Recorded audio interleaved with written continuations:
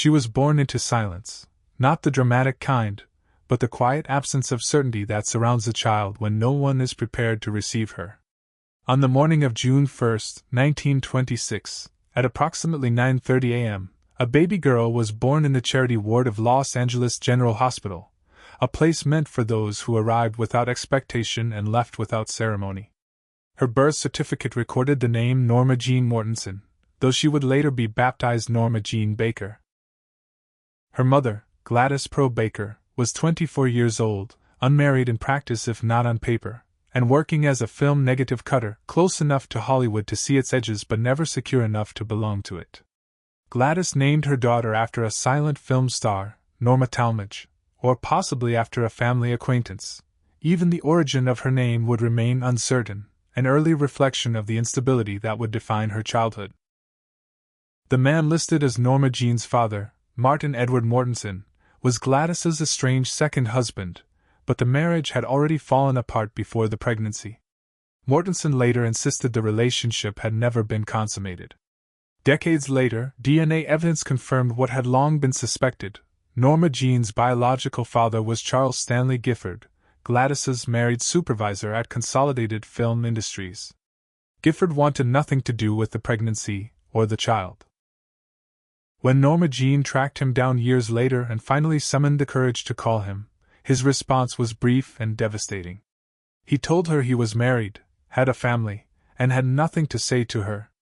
He advised her to speak to his attorney. She would attempt to see him again in person years later, traveling to his dairy farm in California, but he refused to meet her. The rejection was final, leaving her with no paternal connection beyond a name confirmed long after it no longer mattered. Mental illness ran deep through Gladys's family. Her father, Otis Monroe, had died in an asylum after suffering from neurosyphilis. Other relatives experienced severe psychiatric disorders, and Gladys herself showed symptoms that today would likely be diagnosed as bipolar disorder with psychotic features. Only 12 days after giving birth, Gladys made a decision that would shape her daughter's life permanently. She placed Norma Jeane with foster parents, Albert and Ida Ballender, a deeply religious evangelical couple in Hawthorne, California, who took in foster children for $5 a week. Norma Jeane would live with them for the next 7 years, believing for much of that time that they were her real family, calling them Aunt Ida and Uncle Wayne, unaware that she was being temporarily housed rather than raised. The Ballenders provided structure, food, and discipline, but little warmth. When Norma Jeane instinctively called Ida Mama, she was sharply corrected and told never to do it again. She was reminded she did not belong to them. Despite this emotional distance, the Ballenders wanted to adopt her. Gladys refused. Whether driven by guilt, fear, or the inability to fully relinquish her role as a mother, she kept her daughter legally unattached, unable to settle into permanence anywhere. Gladys visited sporadically, sometimes bringing gifts and affection, sometimes disappearing for long stretches, teaching Norma Jeane early that love could arrive suddenly and vanish just as easily. In 1933, Gladys attempted to create a stable home and reclaim her role as a mother. She purchased a small white bungalow on Arbol Drive in Hollywood and took in lodgers, a British acting couple, to help pay the mortgage. For a brief period, mother and daughter lived together. The arrangement lasted less than a year. Gladys's mental health deteriorated rapidly. She became increasingly paranoid, experiencing delusions and emotional instability that frightened those around her. In January 1934, she suffered a complete mental breakdown and was diagnosed with paranoid schizophrenia. She was committed to Norwalk State Hospital, beginning a cycle of institutionalization that would last the rest of her life. Norma Jeane was 7 years old when her mother disappeared behind locked doors, leaving her behind once again. After Gladys was institutionalized, Norma Jeane was moved between households. She lived briefly with the Atkinsons, the same couple who had previously lodged with her mother. During this time, something occurred that she would never fully describe. Around this period, she developed a severe stutter and became withdrawn. Psychiatrists later suggested this sudden behavioral change was consistent with childhood trauma, though no official record exists detailing what happened. Over the next several years, Norma Jeane passed through approximately a dozen foster homes. In at least one of them, abuse was confirmed. When she reported it, the foster mother slapped her and accused her of lying, choosing denial over protection. On September 13, 1935, 9-year-old Norma Jeane became ward number 3463 at the Los Angeles Orphans' Home Society, known as Hollygrove. Dormitory life replaced family life. Children slept in rows, wore shared clothing, and learned quickly not to expect special attention. From the windows of Hollygrove, Norma Jeane could see the RKO Studios water tower in the distance.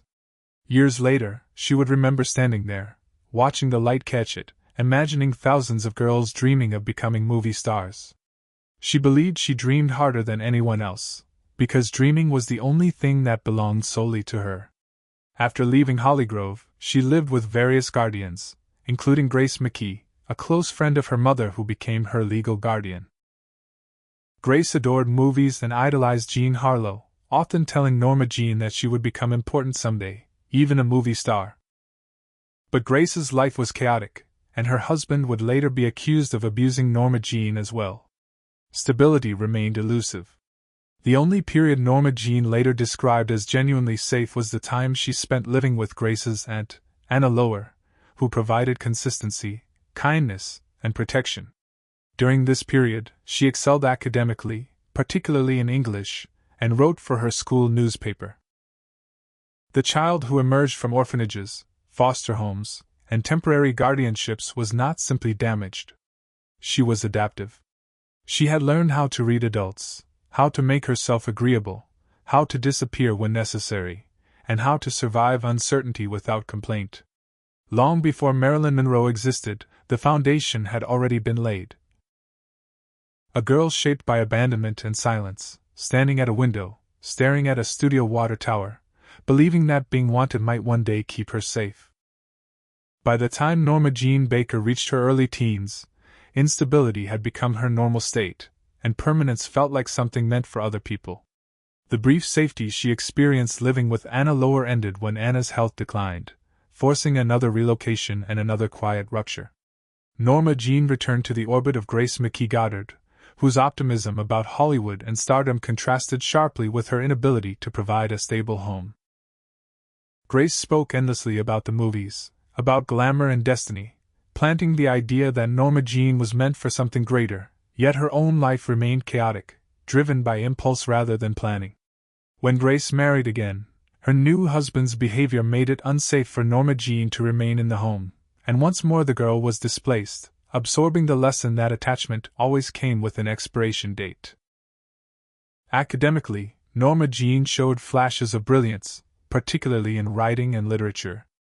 Teachers noted her sensitivity, her imagination, and her ability to express emotion on the page in ways that felt far older than her years. Yet she was painfully shy in person, awkward around peers, self-conscious about her appearance, and burdened by the unspoken knowledge that she was unwanted. Puberty only intensified these contradictions. As her body began to change, attention followed. Not always welcome, often confusing, sometimes dangerous. By her mid-teens, she had already learned that beauty could function as both currency and liability, attracting validation while simultaneously stripping her of control. In 1942, when Norma Jeane was 15, the fragile arrangement keeping her out of institutional care collapsed again. Grace and her husband planned to move out of California, but state law prohibited them from taking their ward with them. The alternative was unthinkable: a return to the orphanage. Faced with this choice, Grace proposed a solution that revealed both desperation and the limited options available to girls like Norma Jeane at the time: marriage. Grace approached a neighbor, James Doherty, a 21-year-old factory worker, and suggested the arrangement. Doherty later insisted affection developed, and by his account there was kindness in the relationship, but the foundation was necessity, not romance. For Norma Jeane, marriage was not an act of love but a means of survival, a legal structure that prevented her from being institutionalized again. On June 19, 1942, just 18 days after her 16th birthday, Norma Jeane became Mrs. James Doherty. The wedding was modest, The circumstances unremarkable, and the consequences permanent. She dropped out of high school, exchanged adolescence for domesticity, and attempted to play the role expected of her. Doherty was not cruel, but he was traditional, and Norma Jeane was restless. She later described the marriage as neither happy nor tragic, simply empty, a friendship with privileges, lacking intimacy or passion. She called him Daddy, a revealing habit that spoke less to desire and more to a lifelong hunger for protection and approval. When Doherty left to serve in the Merchant Marine in 1944, Norma Jeane was left alone again, but for the first time, she tasted independence. She found work at the Radioplane Munitions Factory in Van Nuys, inspecting parachutes and coating aircraft parts with fire retardant. The job paid little, but it offered something she had rarely experienced: agency. She earned her own money. She existed without supervision. And it was here, amid the machinery of wartime production, that fate intervened in the form of an army photographer named David Conover. Conover had been sent by the 1st Motion Picture Unit to photograph women contributing to the war effort. When he noticed Norma Jeane, her hair pulled back, her face smudged with grease, something about her presence made him stop. He later recalled photographing her, walking away, then turning back because he couldn't forget her face. Over the next several weeks, he taught her how to pose, how to hold herself, how to interact with the camera, and the camera responded. The transformation was immediate and intoxicating. For the first time, Norma Jeane felt seen not as a burden or a problem, but as potential. By August 1945, she signed with the Blue Book modeling agency, run by Emmeline Snively, who saw her as pretty but not exceptional, suitable for pin-ups rather than fashion. Norma Jeane compensated for this assessment with discipline bordering on obsession.